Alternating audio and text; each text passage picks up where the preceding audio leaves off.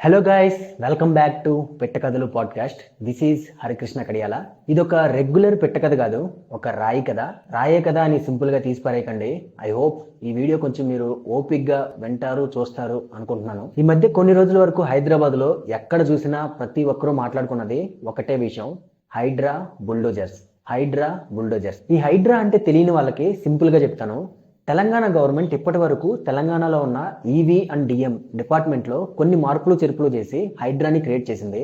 ఈ డిపార్ట్మెంట్ హైదరాబాద్లో ఆక్రమణలకు గురైన భూములు, నాలాలు, చెరువుల్ని గుర్తించి అక్కడ అక్రమంగా కట్టిన భవనాలన్నింటినీ కూల్చేస్తున్నారు. చాలా ఆనందపడాల్సిన విషయం. కనీసం ఇప్పటికైనా గవర్నమెంట్ చెరువుల గురించి ఆలోచిస్తున్నారంటే వెరీ గుడ్ స్టెప్. కానీ చెరువులు, నాలాల గురించి మాత్రమే పట్టించుకుంటే సరిపోతుందా? ఇదే హైదరాబాద్లో ఉన్న ఎంతో చారిత్రక నేపథ్యం కలిగిన రాయి పరిస్థితి ఏంటి? ఒక మనిషి తిరిగి సృష్టించలేని దాన్ని నాశనం చేసే హక్కు మనిషికి లేదు అని ఎంతో మంది గొప్ప వాళ్ళు ఎన్నో చోట్ల చెప్పారు. అలాగా ఒకప్పుడు ఈ హైదరాబాద్లో ఉన్న ఎన్నో గుట్టలు, చిన్న చిన్న కొండలు ఎన్ని కనిపించకుండా పోయాయో తెలుసా? మీకు ఇప్పుడు కొన్ని పేర్లు చెప్తాను. వీటి పేర్లు మీలో ఎంతమందికి తెలుసో కామెంట్స్ లో చెప్పండి. Tortoise rocks, elephant rocks, bear nose rocks, mushroom rocks, hamburger rocks, skull rocks. ఇవన్నీ ఎక్కడున్నాయో తెలుసా?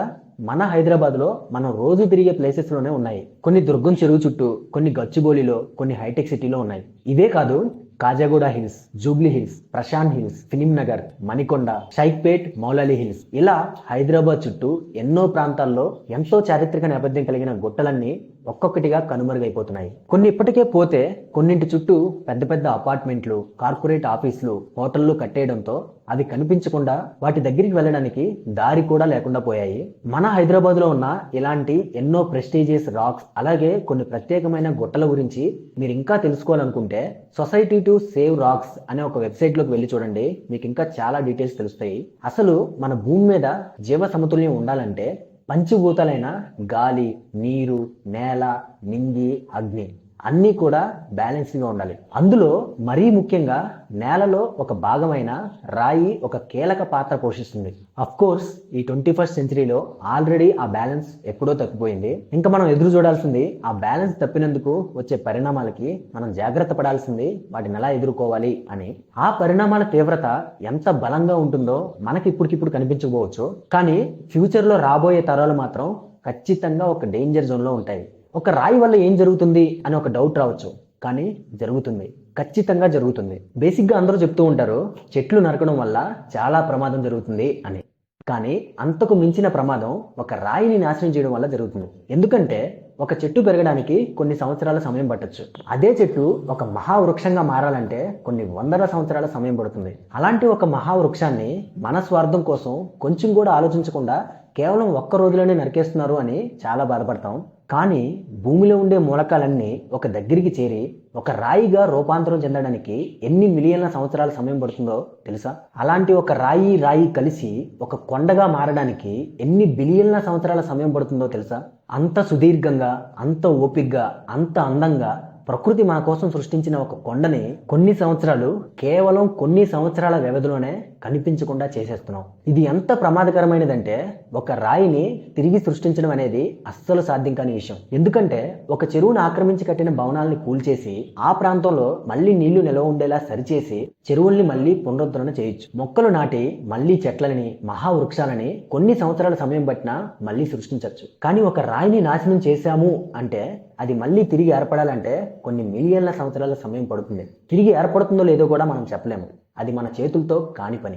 ఈ సమస్య కేవలం ఒక్క హైదరాబాద్లోనే కాదు, మన దేశానికి తూర్పు వైపున ఒడిశా నుంచి చెన్నై వరకు విస్తరించి వాతావరణాన్ని కంట్రోల్ చేయడంలో, ఋతుపవనాల్ని కంట్రోల్ చేయడంలో ఎన్నో జాతులకి, విభిన్న సంస్కృతి సాంప్రదాయాలకి ఆధారమైన ఈ తూర్పు కనుమలు కూడా ఈ మోడర్న్ డెవలప్మెంట్ పేరుతో విధ్వంసానికి గురవుతున్నాయి. అందులో మరీ ముఖ్యంగా ఈ తూర్పు కనుమల్లో విశాఖపట్నం, రాజమండ్రి, విజయవాడ, గుంటూరు మధ్యలో ఉన్న కొండలు మెల్లిమెల్లిగా తరిగిపోతున్నాయి. ఫర్ ఎగ్జాంపుల్ చెప్పాలంటే విశాఖలో Rishikonda, few months back elections కి ముందు దీని మీద ఎంత చర్చ జరిగిందో అందరికీ తెలిసిందే. కానీ ఒక్క ఋషికొండ గురించి మాత్రమే పట్టించుకుంటే సరిపోతుందా?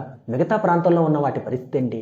అలాంటి వాటిల్లో ఒకటి విజయవాడ కొండపల్లి రిజర్వ్ ఫారెస్ట్ కి దగ్గరలో మూలపాడు పరిటాల మధ్యలో ఉన్న పర్వత శ్రేణులు. వీటి గురించి ఎంతమందికి తెలుసు? నా దృష్టిలో ఋషికొండ అనేది ఎంత గొప్పదో ప్రతి ఊరిలో ఆ ఊరి చివరిలో ఉండే ప్రతి గుట్ట కూడా అంతే గొప్పదే. కొన్ని సంవత్సరాల క్రితం ఒకసారి ఈ పరిటాల దగ్గర జరుగుతున్న మైనింగ్ దగ్గరికి వెళ్ళాను. అక్కడ క్రషర్ లో పనిచేస్తున్న ఒక వ్యక్తి మామూలుగా మాట్లాడుతూ ఒక విషయం చెప్పాడు. రాబోయే ఇంకో 20 సంవత్సరాల్లో ఈ కొండ మొత్తం మాయమైపోతుందండి అని చెప్పాడు. అతను ఆ విషయం ఏదో మామూలుగా మనం కబుర్లు చెప్పుకున్నట్టు చెప్పాడు. ఎక్కడి నుంచో పట్టకోటికి అక్కడ కూలి పని కోసం వలస వచ్చాడు. అతనికి ఏం అర్థమవుతుంది అక్కడ ఏం జరుగుతుందో? దానివల్ల ఫ్యూచర్ లో వచ్చే ప్రమాదం ఏంటో అతనికి ఎలా అర్థమవుతుంది? ఇలా ఒడిస్సా నుంచి తమిళనాడు వరకు ఈ తూర్పు కనుమల్లో జస్ట్ లాస్ట్ 100 years లో 16% ఫారెస్ట్ ఏరియా మొత్తం మాయమైపోయింది. ఇందులో ఎక్కువగా పాపికొండలు ప్రాంతంలోనే పోయింది. ఈ డిస్ట్రక్షన్ ఇదే విధంగా కంటిన్యూ అయితే రాబోయే 20 సంవత్సరాల్లో ఖచ్చితంగా తూర్పు తీరంలో మరీ ముఖ్యంగా ఆంధ్రప్రదేశ్ వాతావరణంలో విపరీతమైన మార్పులు వస్తాయి. ఇప్పటికే ఆంధ్రప్రదేశ్ లో టెంపరేచర్ విపరీతంగా పెరిగిపోయింది. ఈ ప్రకృతిలో రాయికి అంత ఇంపార్టెన్స్ ఉంది. ఈ రాయి కథలు, దాని బాధల గురించి తెలుసుకుంటూ పోతే ఎన్నో కొత్త కొత్త విషయాలు బయటపడుతూనే ఉన్నాయి. ఇవన్నీ కూడా కేవలం మనకు తెలిసిన లెక్కలు మాత్రమే. తెలియకుండా ఇంకెన్ని జరుగుతున్నాయో ఎవ్వరికీ తెలియదు. ఎందుకు? దీనికి కారణం ఏంటి? ఒక్కటే కారణం, భూమి. ప్రతి ఒక్కరికి ఒక కోరిక ఉంటుంది, తమకంటూ సొంత భూమి ఉండాలి అని. ఎంత భూమి వాడి దగ్గర ఉంటే అంత బలం, అంత అధికారం. ఈ భూమి మీద కోరిక ఎప్పుడైతే పోతుందో అప్పుడే ఈ కొండలు, ఈ గుట్టలు, ఈ నేల విధ్వంసాలన్నీ ఆగుతాయి. కానీ అవి ఎలా ఆగుతాయి? సాక్షాత్తు రాష్ట్రంలో మంత్రులు, ముఖ్యమంత్రులు మా రాష్ట్రంలో భూముల రేట్లు పెరిగాయి, మా రాష్ట్రం అభివృద్ధి చెందింది అనడానికి అదే ఒక రెఫరెండం అని అసెంబ్లీ సాక్షిగా గొప్పలు చెప్తూ ఉంటే ఎలా అవుతాయి? సో కనీసం ఎప్పటికైనా మన కేంద్ర రాష్ట్ర ప్రభుత్వాలు మన దేశం యొక్క భౌగోళిక స్వరూపానికి, ప్రత్యేకతకు, సంస్కృతికి ఆధారాలైన తూర్పు పశ్చిమ కనుమల్ని, అలాగే తెలంగాణలో ఎన్నో చారిత్రక నేపథ్యాలు ఉన్న గుట్టలని కాపాడే విధంగా చర్యలు తీసుకోవాలని కోరుకుంటున్నాను. సో అది ఫ్రెండ్స్, ఇవాళ మన పెట్టకథలు పాడ్కాస్ట్ లో 29th ఎపిసోడ్. ఈ పాడ్కాస్ట్ మీకు నచ్చితే ఒక లైక్ కొట్టండి.